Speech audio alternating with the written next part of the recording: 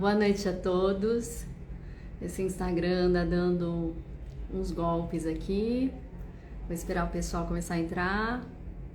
Olá, Mari, que tá entrando. Vocês estão me ouvindo, gente? Se puderem acenar, eu sempre fico em dúvida. São já 8 ou 9 lives, mas eu sempre acho que o pessoal tá entrando, mas não tá ouvindo. Espero que sim.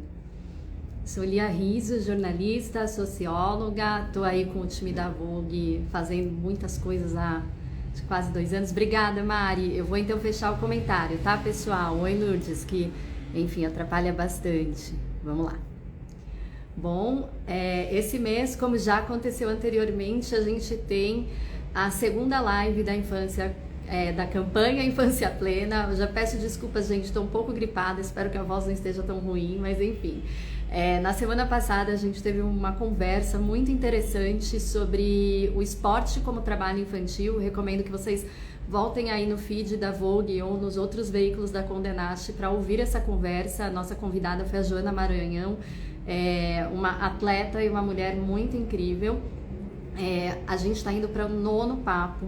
Já falamos aqui de trabalho infantil em muitas esferas, em muitos setores. Começamos falando do papel da mídia, depois passamos, acho que, por trabalho infantil doméstico, trabalho infantil em lixões, trabalho infantil em redes sociais, trabalho infantil no esporte. Não estou conseguindo lembrar tudo de cabeça, mas por que eu estou tentando lembrar tudo? O papo de hoje é sobre os malefícios do trabalho infantil. Alguns são óbvios para todos nós, afinal de contas, o trabalho infantil no Brasil e no mundo consiste em uma grave violação de direitos fundamentais da infância e da adolescência. Então a gente já pode imaginar algumas coisas. Quem assistiu às outras lives já sabe de algumas coisas, do ponto de vista, social principalmente. Hoje a gente vai falar de desenvolvimento das crianças e adolescentes. Vamos falar também do custo social, porque este é um grande prejuízo coletivo, mas o foco dessa conversa é a gente falar como você submeter crianças e adolescentes a essa pressão, a trabalho, privá-las de experiências, sejam emocionais, sejam sociais ou mesmo de desenvolvimento físico, impacta a vida delas para sempre. Por isso que a gente tem um perfil de convidada diferente hoje. Vou até olhar se ela já está por aqui, que eu já seguia, porque sou mãe, a Luísa Menezes, também conhecida como Infância Fora da Caixa, que é mãe e pediatra. Já vou aceitar a Lu. Sempre uma participação muito especial do Ministério Público do Trabalho, que é quem idealizou essa campanha com Vogue, dessa vez representado pela doutora Luciana Marques Coutinho. Ela é procuradora. Peraí, Lu, você está me ouvindo? Eu não te ouvi. Estou ouvindo, sim. Opa, e a Luciana está entrando também, ela é do Ministério Público do Trabalho de Minas Gerais. Sejam super bem-vindas, queridas. Obrigada, Luciana, que está fora do país, num fuso 3 horas na nossa frente.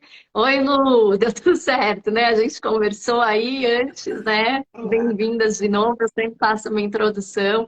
Obrigada por conversarem com a gente. Eu sempre agradeço ao Ministério Público, porque eu pessoalmente aprendi muito com essa campanha ao longo desses, nossa, gente, acho que são 8 meses já.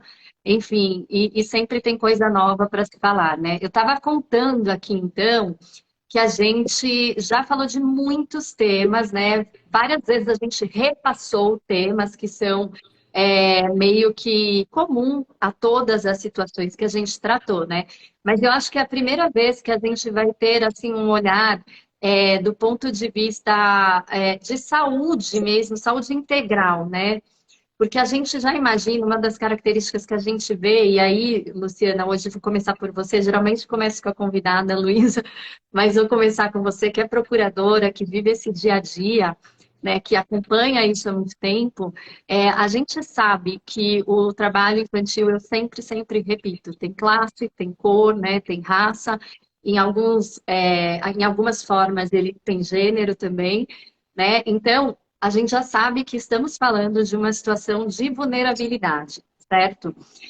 Mas eu queria que você falasse, assim, o que você percebe no seu trabalho que é talvez o maior malefício, que é ainda a pergunta de US$ 1 milhão que não tem resposta, o problema que persiste, não importa qual contexto, do que nós estamos falando hoje, qual seria a mensagem que você gostaria de passar, principalmente dentro dessa conversa?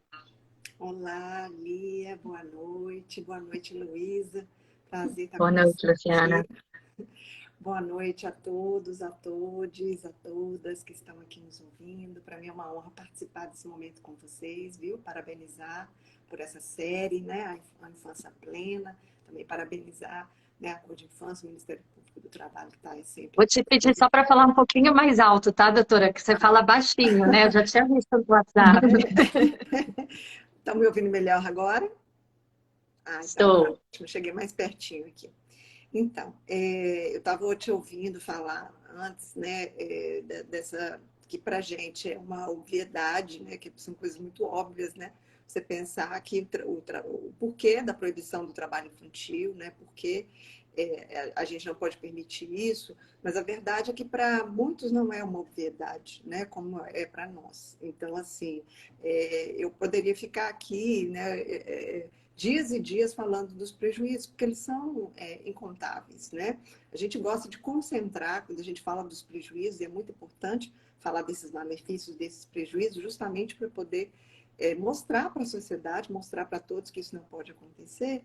A gente elenca, né, alguns prejuízos principais, né? Você já pontuou alguns deles, né? A questão do prejuízo à saúde, à segurança, os prejuízos sociais, os prejuízos morais, né? Nós estamos falando de uma questão ética, né? De você roubar a infância de alguém, né? De você privar um adolescente de vivenciar aqueles momentos tão importantes da transição, né? Da vida da infância e para a adolescência. Então, a gente tenta focar nesses prejuízos, que são prejuízos mais impactantes, né? Mas, de fato, assim, não dá nem para poder dizer que tem, né, um único prejuízo, porque a gente vê muita coisa, e muita coisa fica, às vezes, escondida, né? Tem prejuízos que são visíveis e tem prejuízos que a gente nem consegue enxergar, que muitas vezes a criança que foi vítima, o adulto, quando ele passar para a vida adulta, lá na frente ele vai perceber, lá na frente ele vai se deparar com determinadas coisas que é fruto do trabalho infantil, né? Então a gente gosta de elencar alguns, mas, enfim, acho que é difícil a gente poder eleger alguns, né? Os prejuízos fisiológicos, né? A doutora está aqui, a doutora Luísa, não vou me atrever a falar muito de prejuízos fisiológicos da presença de uma médica, de uma pediatra, mas é muito importante a gente falar sobre isso, né? Porque o Sim. trabalho, eu sou procuradora do trabalho, né? Nós defendemos o trabalho decente, o trabalho digno. O trabalho tem uma centralidade muito importante na vida de todos nós, né? Todos nós nos identificamos com o nosso trabalho, mas o fato é que todo trabalho tem um risco, né? O que varia é a intensidade desse risco, o grau, né? São riscos gerados pelas condições nas quais o trabalho é exercido e pelas condições ambientais onde esse trabalho é prestado. E isso varia, né? De acordo com o tipo de trabalho, do tipo de atividade. E aí, quando a gente pensa numa atividade que tem um risco, né? Esse risco, ele é X para um adulto. Agora, para uma criança e também para um adolescente, que é muito importante a gente enfatizar isso, né? Porque trabalho infantil é identificado muitas vezes com trabalho de criança. E o adolescente também é uma pessoa em formação, né? A doutora aqui vai nos ajudar Exatamente, exatamente. a esclarecer isso, né? E é uma pessoa em formação e ele também precisa ser protegido, né, de algumas condições deletérias de trabalho. Então, quando a gente pensa em alguns riscos, né, por exemplo, riscos físicos, né, riscos biológicos, riscos químicos, a criança e o adolescente, por ser uma pessoa em formação, né, por ter uma pele ali que está em formação, os órgãos em formação, por ter uma frequência cardíaca diferente, né, uma velocidade, uma ventilação pulmonar diferente, tudo isso, né, o metabolismo diferente, ela vai processar aquilo de uma outra maneira. Então, esses riscos, eles são potencializados, né, quando a gente tem uma criança e um adolescente nessa situação. Então, a gente pensa, por exemplo, trabalho nas ruas, que é um trabalho que a gente se depara todos os dias, né? Todas as cidades, né, brasileiras, praticamente, a gente encontra crianças trabalhando no sinal. É um trabalho muito arriscado, porque a rua é um ambiente de risco por si só, né? Ela é um ambiente de desproteção, ela é um ambiente que gera riscos de atropelamento, riscos de violência, riscos, né, de assédio, uma série de riscos, né? A pessoa que está ali, ela está sujeita. Mas tem outros riscos, né? Os gases que estão ali, né? Que aquela criança vai estar submetida, a exposição solar, que aquela criança vai estar submetida, e tudo isso vai impactar com muito E mais toda violência. a parte desculpa cortar um pouquinho, doutora, mas até a parte assim de a gente, por exemplo, a gente olha para atravessar a rua, a gente como adulto já controla nossos impulsos, né? Aí a criança viu alguma coisa ali, nem esquece, será que vai olhar se o farol fechou e vai atravessar? Não dá para contar com isso, né? Não, exatamente. A criança ela vai ter essa capacidade, menos capacidade de fazer essa mediação, né? Entre o risco e, às vezes, a vontade, né? Um adulto vai poder analisar aquele risco com muito mais cuidado, porque ele já tem essa maturidade, né? Essa maturidade física, essa maturidade emocional, né? Então, ele já tem aspectos, ele já desenvolveu aspectos cognitivos que a criança e o adolescente ainda não desenvolveu. Então, assim, nesse ponto de vista fisiológico, eu acho muito importante a gente frisar, né? A doutora, como eu falei, ela vai poder falar com muito mais propriedade do que eu desse aspecto técnico, mas é muito importante a gente falar isso, porque a gente escuta muito, né? O trabalho infantil não mata, não, eu trabalhei e não morri, mas a verdade é que o trabalho infantil mata muito, mutila muito, né? E traz prejuízo para a criança e para o adolescente. Às vezes são prejuízos que a gente chama de prejuízos insidiosos, né? Se você pensar, por exemplo, num ambiente que é ruidoso, né? Um ambiente que tem muito ruído, né? Às vezes o malefício dessa exposição vai aparecer lá na frente, né? Ela não vai aparecer na hora. A criança não vai ficar surda, às vezes até fica, né? Mas não vai ficar surda imediatamente, mas vai aparecer lá na frente, né? Um ambiente que submete aquela criança a condições ergonômicas inadequadas. Impacta no crescimento daquela criança, né? Às vezes ela vai ter uma lesão que vai acompanhá-la por toda a vida. Então, são muitos prejuízos, e eu acho que é importante a gente frisar esses prejuízos fisiológicos, porque é uma questão de vida, é uma questão de saúde, né? E eu Sim. acho que para as pessoas acaba impactando muito mais, né? A gente frisar, não, trabalho infantil mata, trabalho infantil ele prejudica muito, né? E se tem uma pessoa que escapou ilesa, né, de todos os riscos que o trabalho pode causar, ela praticamente ganhou na loteria, né? É, Porque porque é muito difícil esse ilesa, né, Ju? É muito difícil, porque são danos também muito abstratos, etéreos, e tem uma coisa assim que é o tempo que não volta, né? A experiência perdida que não vai ser reposta, né? Então, eu lembro que no dia que a gente estava aqui procurando uma convidada que a gente achasse que fosse trazer, assim, contribuir bastante, eu lembrei da Luísa porque ela gravou um podcast falando da importância do brincar, né? Hoje a gente fala mais disso, né? É uma coisa que para as mães, assim, da minha geração, a gente tem falado mais, né? Enfim, tentamos ter uma mãe alecrim dourado, que não é fácil, né? Às vezes, assim, sigo Luísa, sigo outras mulheres, faço dou o meu melhor, mas às vezes assim, eu brinco que em vez de uma poupança faculdade, vou fazer uma poupança terapia, né? Porque, enfim. Mas, mas eu queria que você falasse muito sobre isso, Luísa, sobre a importância da experiência, né? Do brincar, do estudar, do trabalhar com limites de outra forma. Por quê? A gente sabe que as pessoas às vezes não estão mal intencionadas, mas eu me lembro que quando eu abri a primeira live dessa campanha e a gente começou a falar de trabalho infantil, e o tema era o papel da imprensa, a primeira coisa que apareceu foi assim: ah, então eu não posso pôr meu filho para arrumar a cama? E não é sobre isso que a gente está falando, né? Enfim, não, assim, não é mesmo sobre isso. Então, eu queria muito que você trouxesse essa sua visão, Luísa, né, da importância, assim, das experiências que se vive na infância e também na adolescência, né, porque a gente vai passando por fases. Eu brinco que eu tenho uma mini adolescente, que a minha filha tem 7 anos, mas, assim, né, e sempre tem alguma coisa que a gente percebe diz, puxa, ela precisou disso para aprender a reagir àquilo, né? Gostaria que você trouxesse para a gente esse seu olhar, por favor. Perfeito. É um prazer estar aqui com vocês. É uma grande honra, apesar de ser um tema tão difícil, tão duro, mas tão necessário. Então, se a gente tem que militar pela infância, não dá para a gente falar só dos temas bons. Temos também que militar nesses temas tão urgentes e necessários de ser falado, né? É tão urgente que quando você vai começar a falar sobre isso, vocês vão falar em trabalhos em ajuda em casa. Então, realmente, a gente precisa falar sobre isso. Eu entendi demais a fala de Luciana, queria discutir com ela vários dos tópicos que ela levantou, e me chamou a atenção quando ela disse que escolher um é muito difícil, o pior prejuízo. Para mim, como militante da infância, é muito gritante que, para mim, o mais grave, no meu ponto de vista, é se roubar ou brincar. É isso. Claro que a saúde é super importante, a questão social, a exposição que essa criança tem fisicamente e emocionalmente, psicologicamente. Mas, para mim, o mais gritante é que essa criança, ela não vai ter infância.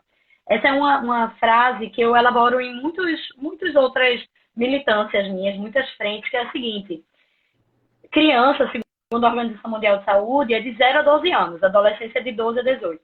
E é uma fase da vida que todo ser humano vai passar. De 0, passando de 12 anos, vai viver isso. Porém, nem todo mundo vai ter infância. Ser criança vai, mas nem todo mundo vai ter infância. Hoje em dia, há 3 anos, eu trabalho em um centro específico de crianças expostas à vulnerabilidade. E eu costumo dizer que há 3 anos eu descobri isso, que a infância, ela de fato é um privilégio. Nesse trabalho eu entendi, eu conheci muitas crianças que não tiveram infância. Tem, praticamente todas as crianças que eu convivo hoje não tiveram infância. Então, o trabalho infantil, ele rouba uma infância. Eu conheço adultos de 4 anos hoje no meu trabalho. E, para mim, esse é o motivo, é o mais grave. A gente até pode tentar diminuir, reduzir os danos à saúde, né, atuar ali, muitas coisas que são irreversíveis, mas devolver esse tempo, não. A medicina, ela evoluiu muito quanto à expectativa de vida, né? Hoje em dia, o que nossos bisavós tinham como expectativa da idade que eles iam chegar, hoje eles iam rir imaginando quanto a gente imagina que nossos filhos vão ter, né? A gente aumentou muito isso. A gente aumentou até a questão da fertilidade, né? Quanto antes, até quando se tinha filho. Hoje em dia, a gente adiou também isso. Mas a gente não conseguiu ampliar a infância. A infância e a adolescência continuam sendo de 0 a 18 anos. A idade produtiva da gente hoje é muito maior, a idade de fertilidade é muito maior, a gente vê as pessoas se aposentando cada vez mais velhas, a terceira idade está aí arrasando, né? Mas a gente não esticou a infância, não é possível. Então, esse tempo que se rouba não se compensa depois. Então, para mim, o mais grave, sem dúvida, é não permitir que essa criança tenha infância. Eu costumo dizer que o brincar é o idioma da infância, que é através do brincar que a criança se comunica, que ela troca ideias com o mundo que a cerca. Se a gente não dá oportunidade dessa criança brincar, a gente está calando essa criança. A gente não está escutando o que ela tem para dizer a gente. Então, se ela não tem tempo, se ela não tem ócio, se ela não tem condições básicas de segurança para brincar, ela não vai se comunicar. Ela foi calada. A gente roubou a voz dessa criança. Então, não é só ela estar trabalhando, é que ela não está brincando, não está se comunicando. Logo, ela não está se desenvolvendo no seu potencial máximo. Por quê? Segundo a Organização Mundial de Saúde, o que é a OMS, né? O que é saúde? É o bem-estar físico, emocional e social. Se a criança está trabalhando, ela não está com nenhum desses 3. Vocês duas levantaram muito bem os prejuízos que a gente traz para a saúde, né, dessa física, dessa criança. Então, a questão de exposição a materiais que podem trazer prejuízos, acidentes laborais que acontecem, tudo isso compromete a saúde física. Mas também tem a social. Essa criança que está trabalhando, ela está deixando de se encontrar com os pares, deixando de ter tempo de descobertas socialmente importantes, ela está deixando de elaborar repertório emocional, inteligência emocional. Então, a gente está cortando o físico, o emocional e o social. Cadê o bem-estar dessa criança? A gente tirou a saúde em todos os âmbitos que a Organização Mundial de Saúde reconhece como saúde, né? Então, para mim é muito gritante que o trabalho infantil roubou a infância dessa criança, né? E rouba, né, Lu? Desculpa também fazer uma intervenção aqui, porque o que também a gente percebe muito em todas as conversas é que você rouba ou condena um futuro, né? Porque acho Sim, que talvez esteja no trabalho infantil uma das formas de mais perpetuar, reproduzir ciclos de pobreza e de... A gente viu muito isso quando a gente falou do trabalho em lições, que a família, criança nascida ali, que vai trabalhar aí, que vai ter uma expectativa de vida baixíssima ali, e vai se relacionar ali, enfim, jamais terá chance, perpetuando, né? né? A Perfeito. mesma coisa com as trabalhadoras domésticas, né?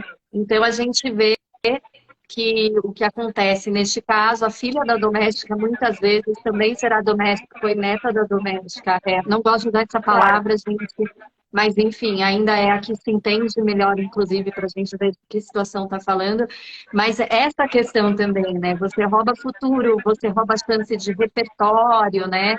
E Claro. no caso, fisicamente, aí voltando um pouco para a Luciana, a Luísa trouxe um ponto também interessante, que a gente falou um pouco quando a gente conversou sobre o trabalho infantil nas cadeias produtivas, em situação análoga à escravidão, ou em cadeias do agro, da moda, enfim, né? Que também você vê, na primeira live, a Mariana Couto, que foi uma jornalista que participou conosco, ela comentou de uma matéria que ela fez em uma plantação, acho que de cana, gente. A criança trabalhando com facão. Então, assim, Inacreditável. você na sua jornada, Luciana, você chegou a lidar com a criança assim, que teve ali consequências de ou de atrofia, ou de alguma coisa que claramente era relacionado ou de perder um dedo, perder um órgão, enfim. É recorrente isso? É relativamente normal? Normal nunca Infelizmente, será, né? Tipo, comum de encontrar, né? Ai, infelizmente é. E é uma coisa assim que a gente vê só a ponta do iceberg, na verdade, né? O que chega para nós, o que é denunciado, o que é notificado, né? A gente tem fichas obrigatórias, preenchimentos obrigatórios, né? De notificação dessa violência que é o acidente do trabalho, a violência praticada contra a criança. Mas isso é muito subnotificado ainda, né? A própria comunicação de acidente do trabalho, né? Ela também não é preenchida, normalmente são vínculos muito precários, né? Não tem nenhum tipo de reconhecimento. Então, a gente vê só a ponta do iceberg, mas quando a gente vê essa ponta do iceberg, é sempre muito impactante, né? Eu também, quando você estava falando, eu me recordei de um caso que eu vi de uma criança que trabalhava numa fazenda, moendo cana, né? Moendo cana, colocando a cana, e aí chegou para a gente o relatório fiscal, né? Dessa criança que tinha perdido a mãozinha, né? Ela tinha perdido a mãozinha ao colocar a cana ali no moedor, né? E as fotos, né? O desespero da família, né? Porque a família às vezes nunca pensou, né, nessa possibilidade de uma coisa dessa acontecer. O próprio empregador, um empregador muito, um pequeno empregador, né, que se deparou, são vidas completamente destruídas, né? A vida dessa criança destruída, a vida da família destruída, do próprio empregador também destruído, e uma coisa ceifada, né, como foi falado aí pela Luísa, né? Foi um rompimento, uma coisa abrupta ali que não é só o membro da criança que se foi, não. né? Foi uma série de outras coisas, né? O O nosso médico aqui, futuro, né? a Ela gente morreu tem um esse médico, futuro junto. sim, a gente tem um médico de trabalho, né? Que trabalha no Ministério Público, as unidades têm, e ele sempre enfatiza isso, porque quando a gente olha para o acidente, às vezes a gente vai ver ali o que está mais, né, o que está mais gritante, como eu falei, a gente olha a mão da criança se perdeu, mas é muito mais do que isso, né? Porque, claro que Claro. perder um membro para um adulto, né, uma pessoa mais velha, seria trágico da mesma maneira, mas foi uma criança, né? Foi uma criança que vivenciou aquilo, a sua família vivenciou aquilo e todas as pessoas do entorno vivenciaram aquilo. Então, assim, é realmente uma coisa muito mais impactante e gritante, né? E nesse tipo de ambiente, nesses ambientes, né, às vezes currículos e tal, a gente tem muitas crianças que trabalham com as suas famílias e existe uma concepção muito equivocada, né? O que acontece também nas cadeias produtivas, né? Que são cadeias produtivas que às vezes se valem nas suas bases, né? Lá na ponta, elas se valem de mão de obra precária, praticamente análoga à escravidão, e, né, compra aquela produção de uma maneira muito, né, subvalorizada, não dão condições de trabalho para aquelas pessoas, em geral, não são nem sequer empregados daquela empresa, não tem vínculo, tem uma cadeia, né, que se sucede até chegar, de fato, naquela empresa que está lucrando com tudo aquilo. E aí as famílias trabalham juntas, né? As famílias trabalham juntas, as crianças, os adolescentes. E E é existe uma algo que a concepção. gente vê muito na cadeia da moda, né? Nas oficinas, né? Exatamente. A casa inteira, a família inteira, um prega o botão, outro. E às vezes o bebê ali por perto, né? E tudo, né, naquela coisa. Então, assim, existe uma concepção equivocada. Ah, ela está perto da mãe, ela está perto do pai.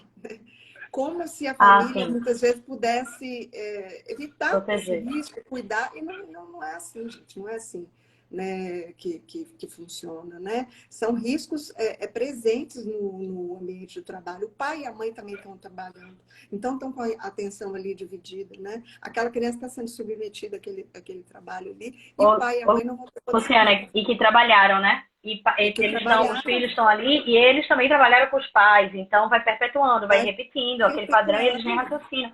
E é uma questão cultural que é difícil, né? É muito difícil No, barrar, no, né? A no meu gente quebrar esse trabalho, ciclo, né? claro, no meu trabalho eu recebo muitas famílias que são de fora. Eu moro na Espanha e muitas famílias que são de fora. E às vezes a gente tem um problema muito grande que, assim, eles perdem a guarda das crianças pela vulnerabilidade que eles expuseram e eles não entendem o motivo. Eles dizem, mas qual era o problema dele estar trabalhando comigo? Mas é no meu negócio. Ele ficava fazendo a tarefa de casa da escola ali e eventualmente atendia. E aí, logo no começo da sua fala, você disse isso, que como é que a gente ainda tem que explicar que é crime? Muitas vezes eu recebo famílias que na cultura delas não é crime. Então, explicar para elas que aqui é super E tem, complicado. E é uma e tem uma. trajetória de vida que às vezes são gerações, né? Você não está falando só da mãe, da Exatamente. avó e tal, e todo mundo submetido àquilo. E isso que vocês falaram também de horizontes afunilados. São pessoas que nem enxergam outras possibilidades, Não. porque elas Porque não sempre foi veem, elas não, assim. isso foi ceifado delas, né? Elas não puderam, né, como a Luísa colocou, desenvolver as potencialidades. Isso é muito cruel, né, Luísa, quando você falou do impacto emocional, eu quero dizer, deixar bem claro que eu acho muito dolorido isso também, assim, para mim é uma coisa que dói muito você saber que alguém perdeu completamente a infância, que a gente tem um verdadeiro apartheid social de crianças e adolescentes que não vivem tudo isso, né? Essa Claro. riqueza e da importância disso. Mas quando a gente fala de vida, de saúde, a minha esperança, né, é impactar ainda mais as pessoas, assim, de Sim, tornar isso assim muito palpável, sabe? E porque é uma violência de todos os campos, né? E é muito E duro claro. tem mesmo, uma né? coisa, eu vou pedir, se vocês conseguirem, só para a gente testar o áudio, fechar os microfones, porque tá dando, não sei, só fechar o de vocês enquanto eu falo, depois volto. Vamos ver se melhora, gente, tá? Pode ficar de fone, Lu, acho que o problema não, talvez não seja esse. Mas tem uma coisa, assim, que eu já trouxe, ai, melhorou, tá, gente? Eu vou fazer a mesma coisa do lado de cá.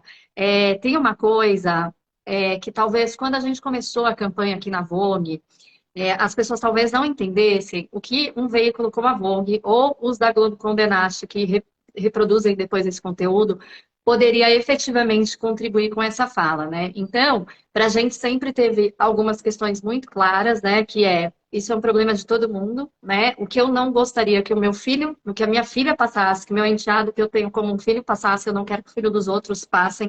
O que eles têm acesso, eu gostaria que todas as outras crianças e jovens tivessem também. Esse é um ponto.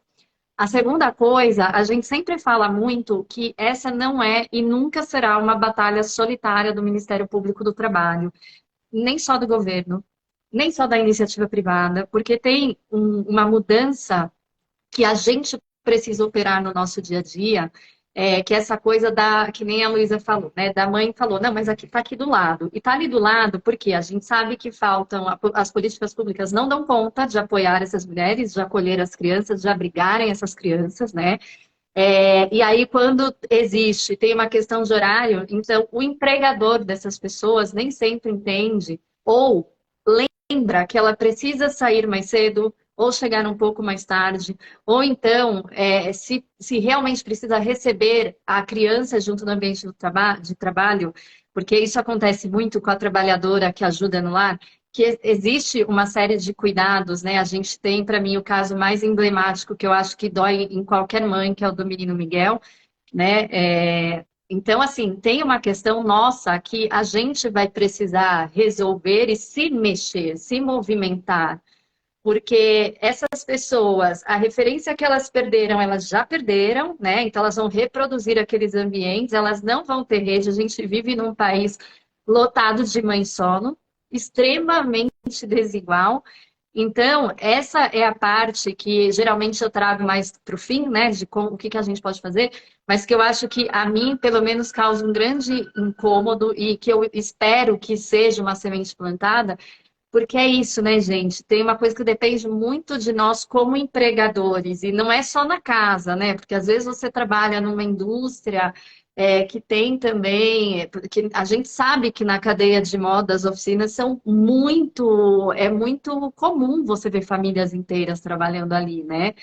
E elas precisam se sustentar, porque tem isso também, é outro cuidado que a gente toma de não culpabilizar essas famílias que são muito vulneráveis, né? Até no caso dos esportes, a gente estava comentando na live passada, tem família que o Bolsa Atleta faz uma imensa diferença no orçamento familiar. Ter um menino ou a menina indo para outro lugar, saindo como custo daquele orçamento, também fará diferença. Então, enfim, você escolhe pela lei do mínimo prejuízo, né?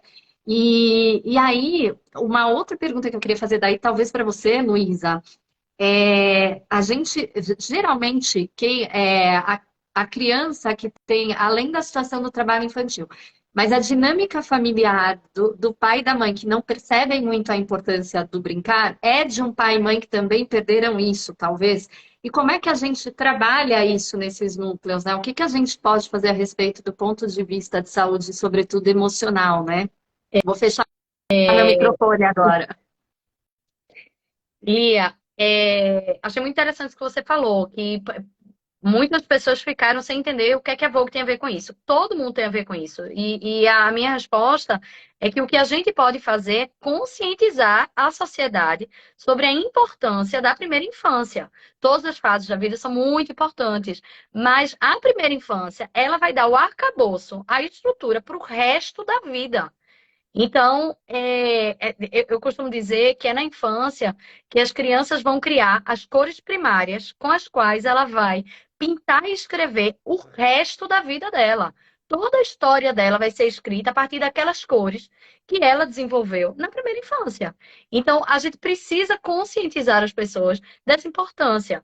Há muitos e muitos séculos se subestimava que a infância, muito pela mortalidade infantil, pela falta de informação, se subestimava que criança, deixa ela lá. Depois, quando ela crescer um pouquinho mais, é que a gente vai entender ela como um ser humano.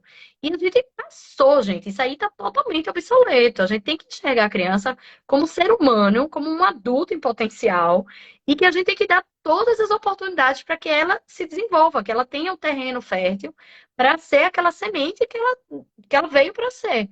Então, se a gente está podando esse terreno, se a gente não está permitindo, a gente está deixando ela num terreno árido, ela não vai se desenvolver, ela não vai brotar. Ela não vai desenvolver as cores, ela vai passar o resto da vida com uma cor só, sabe? Escrevendo a vida, o futuro e todo o impacto que a vida dela pode gerar ao redor. Então, eu acho que, respondendo sua pergunta, como a gente, quanto sociedade, o que é que a gente pode fazer é conscientizar as pessoas da importância da infância, da primeira infância, de a gente dar estrutura para elas.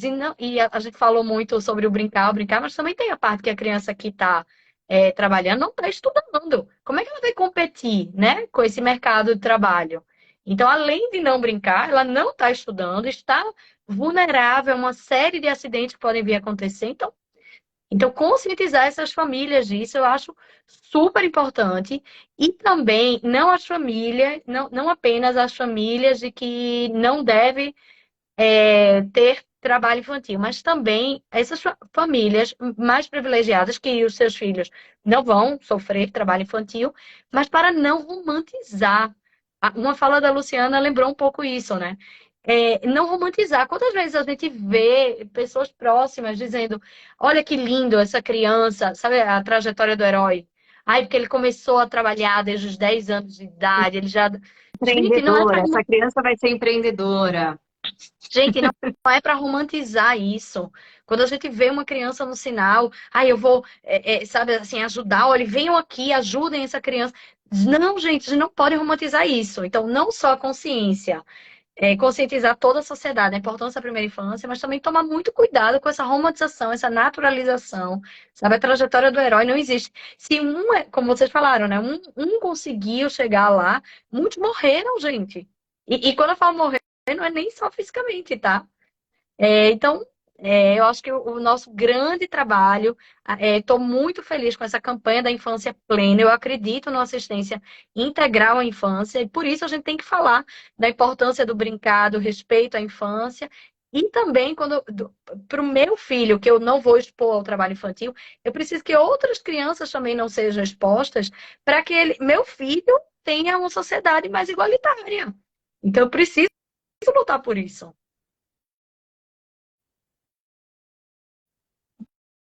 Opa, estava abrindo aqui o microfone, às vezes agora vai dar uma parada.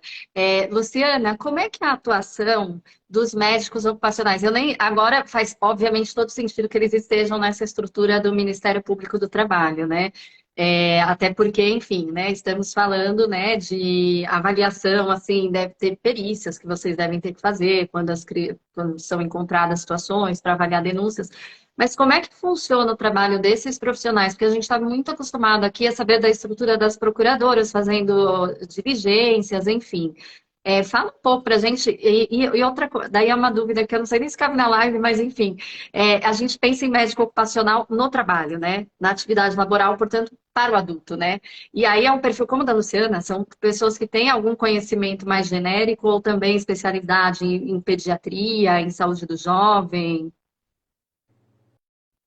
Tá me ouvindo? Eu vou te responder, Lia, mas eu não vou resistir, vou enfatizar uma coisa que vocês falaram aí, que é essa questão do que o combate ao trabalho infantil, o enfrentamento ao trabalho infantil, é uma coisa que ninguém está fora disso, né? É muito importante a gente falar disso, né? E quando a gente fala de infância plena, a gente fala de todos os direitos que a gente deve garantir para um adolescente, para uma criança, muitas vezes a questão do trabalho ela é vista como um mal menor diante de várias vulnerabilidades que aquela criança está exposta, né? Vocês falaram aqui dos efeitos sinérgicos das fragilidades, das vulnerabilidades, são famílias pobres, famílias periféricas, famílias que enfrentam racismo, né? Famílias que às vezes não têm saneamento básico, não têm acesso à água, enfim, são várias coisas que se sobrepõem. E aí a gente olha para aquela família, olha para aquela criança e fala assim, olha, trabalho infantil é uma coisa menor aqui, porque essa família tem tantas outras, mas é uma vulnerabilidade que só vai piorar a situação daquela família e às vezes agravar as demais vulnerabilidades. Então a gente não pode nunca minimizar o trabalho infantil e é uma luta de todos nós. Ninguém está isento disso em nenhum papel, nem como empregador, nem como cidadão, né? Na hora de votar, né? Votar alguém, votar em pessoas que apoiem políticas que vão valorizar a infância, né? Em todas as suas perspectivas, né? E, então, a gente tem que estar atento o tempo todo a isso, né? É muito importante.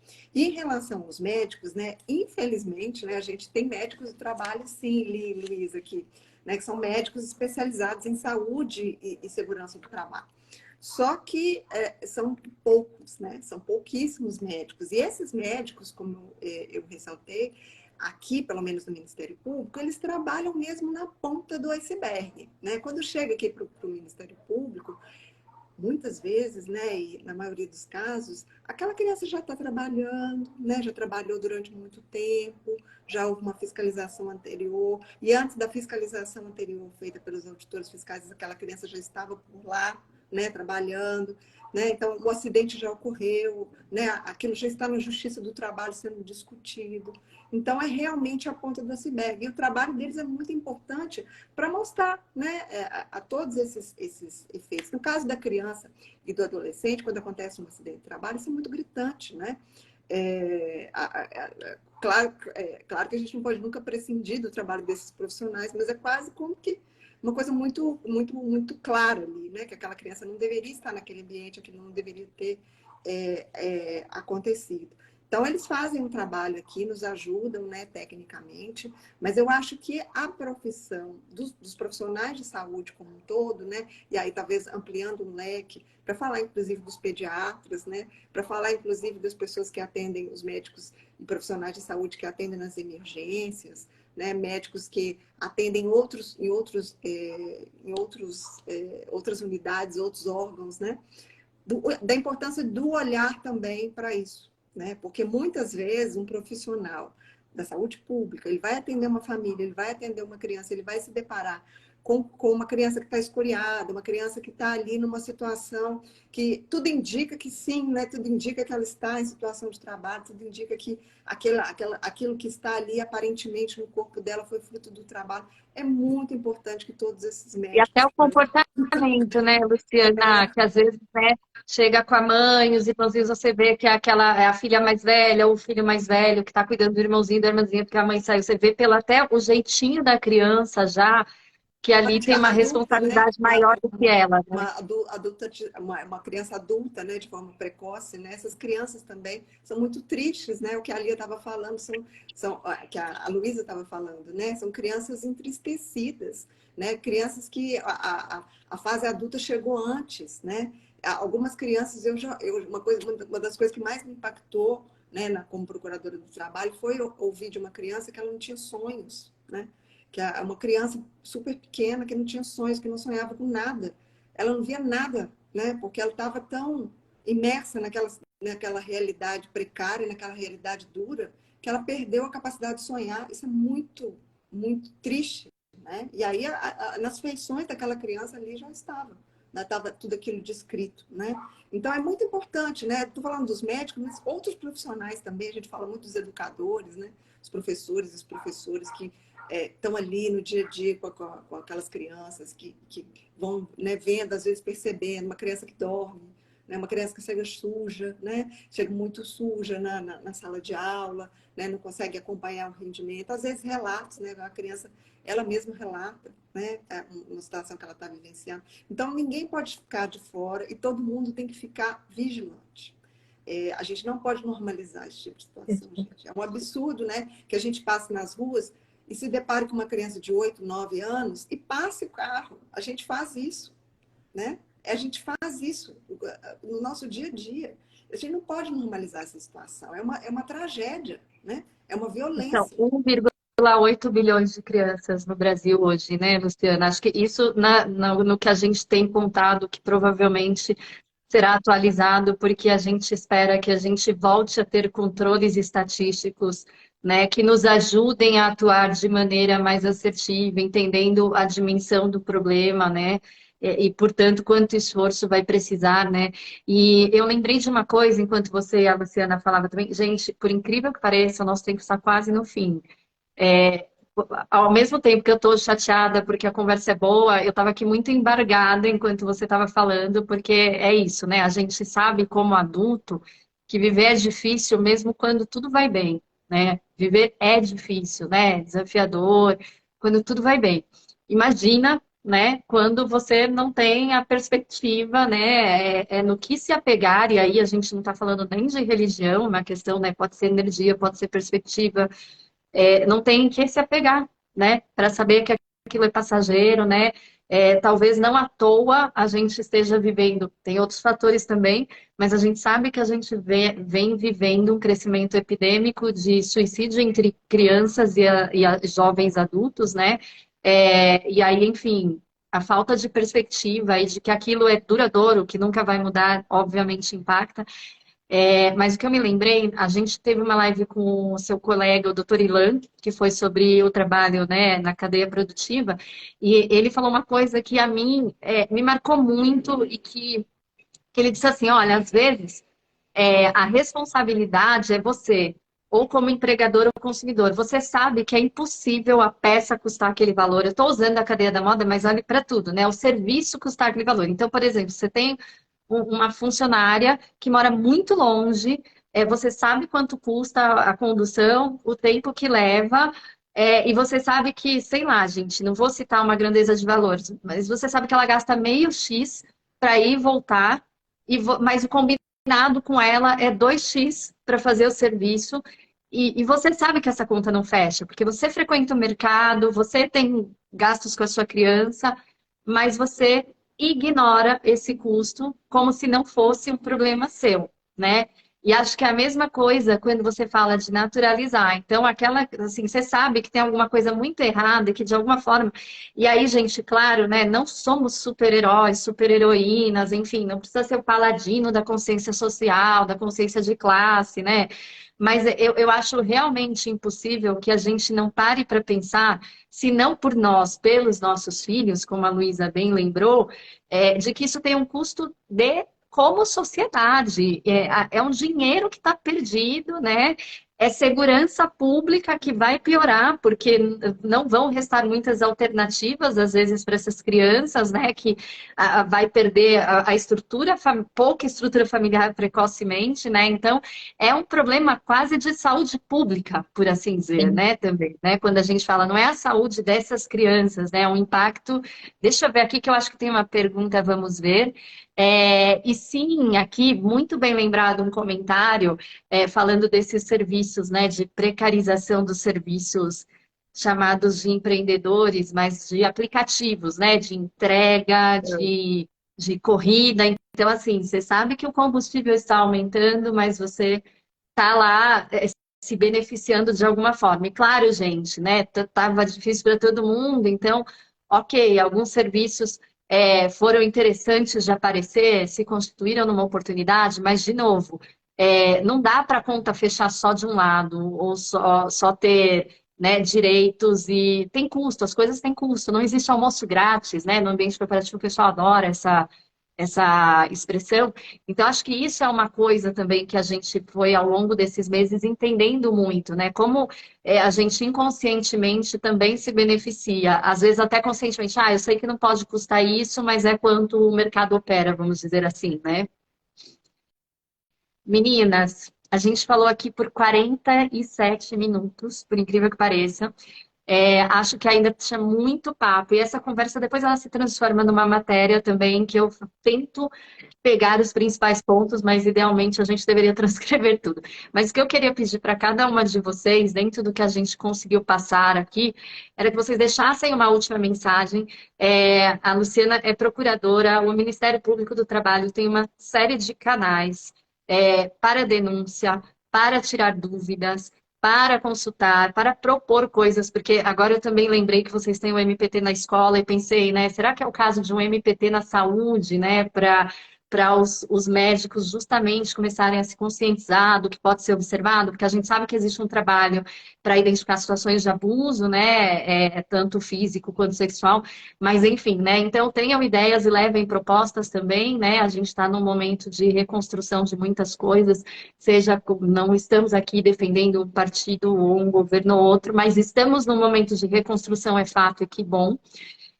Então, sabemos que temos esses caminhos, mas queria, Luciana, que você deixasse uma mensagem e depois você, Luísa, também, que como mãe, como mulher, eu oriento vocês a seguirem também, porque, né, a gente carrega muitos pesos, né? Já vou seguir a Luísa, que eu também sou mãe. Sou mãe de adolescentes, eu já vou te Ai, falar. Luciana, meus tem três. De 7 anos já me deixa doida. Eles estão saindo da adolescência, os meus, né? Mas foi ótimo estar aqui com vocês, gente. Agradecer mais uma vez a oportunidade. De fato, né, o Ministério Público o Ministério Público do Trabalho está em todo o país, né? Um órgão federal. A gente tem procuradorias regionais do trabalho em todas as capitais do nosso Brasil. E tem um site, né? Depois vocês podem colocar aí o nosso site, né? Que é o www.mpt.mp.br. Lá tem todos os canais. A gente diz aqui que a gente só não recebe de denúncia de sinal de fumaça, porque o resto tá tudo lá, né? Você tem como Disque Denúncia, tem formulário de denúncia que a pessoa pode preencher nas procuradorias, não precisa se identificar, né? Não precisa se reconhecer. Tem aplicativo, o MPT Pardal, que você pode denunciar pelo celular, enfim, tem vários Bem canais de lembrado. denúncia. Então, fiquem, né, utilizem, né, os nossos canais e denunciem, né, o trabalho infantil. E o que eu queria deixar de mensagem, né, eu acho que a gente já falou disso aqui ao longo desse momento, é que todos nós estamos perdendo com isso, né? Essa violência, ela realmente nos impacta a todos. E o nosso país, o nosso mundo, ele fica menor por conta dessa violência, por conta disso que essas crianças, essas famílias estão sofrendo, né? A Luísa falou o tempo todo aqui de semente, né, Luísa? Não sei se você sabe que teve uma música, né, que foi uma campanha feita até pelo Ministério Público do Trabalho, chamava justamente Sementes, que foi um rapper, né, o Emicida, que fez a música com a Adric Barbosa, e foi uma campanha super bonita. E aí a música chamava Sementes, justamente porque ele falava, se você não regar, se você não permitir que aquela criança cresça e floresça forte, você está impactando a semente, né? Você não está deixando crescer. E é isso que a gente está falando aqui, um mundo mais diverso, né? Um mundo onde a gente possa conviver com as outras pessoas. Os nossos filhos também, ainda que não sejam vítimas do trabalho infantil, eles também estão perdendo, né? Ao a gente deixar essas crianças para trás, deixar essas pessoas para trás. Então, nós estamos falando de buscar um país mais equânime, uma sociedade mais justa. Então, todos têm que se unir, né? Venham Preservar conosco, né? direitos humanos, né? Até a doutora Ana Maria, que sempre nos acompanha, sua colega, lembrou muito bem do Disque 100, que é o canal de denúncia de violações de direitos humanos, porque, né, é um conjunto de direitos sendo violados e, enfim, a gente só consegue melhorar, mexer, se toma conhecimento, né? É um país muito grande, inclusive, né? Sim, Obrigada, Luciana. eu que agradeço. A mensagem que eu queria deixar, afinal, é que o trabalho da criança é brincar. Então, não só para essa mensagem para as pessoas que me seguem, que têm acesso à informação, mas também para a gente disseminar essa ideia, para a gente ter essa consciência, para a gente não romantizar quando vê uma criança na rua, a gente pensa, essa criança devia estar brincando, em vez de a gente estar valorizando aqui, normalizando, que a gente tenha essa consciência dentro de casa, mas também fora. Essa criança devia estar brincando. Essa roupa que eu estou comprando, a conta não fecha. Tem alguma criança que está deixando de brincar para isso. Então, acho que a grande mensagem que eu queria deixar nisso é que o trabalho da criança é o brincar. E a gente é responsável por isso, né? Todos nós somos responsáveis. E, claro, queria agradecer muito ter a oportunidade de estar aqui com vocês, aprendendo muito e Imagina, disseminando Luísa, isso que eu acredito e que eu defendo tanto. a gente que agradece demais, viu? Foi uma imensa honra você aí da Espanha, na frente no fuso horário, aí já são 10, 11 horas, acho, né? E importante, gente, que vocês saibam que a gente recebeu muita gente legal aqui, como a Luísa, sempre de forma voluntária, essas pessoas abraçando a causa junto com a gente, divulgando, trazendo contribuições, enfim. Então, assim, muito, muito obrigada, assim, foi muito importante porque a gente fala do brincar, né, na escola, em casa, e aí você, como médica, explicar que isso também é uma questão de saúde, né, além de futuro.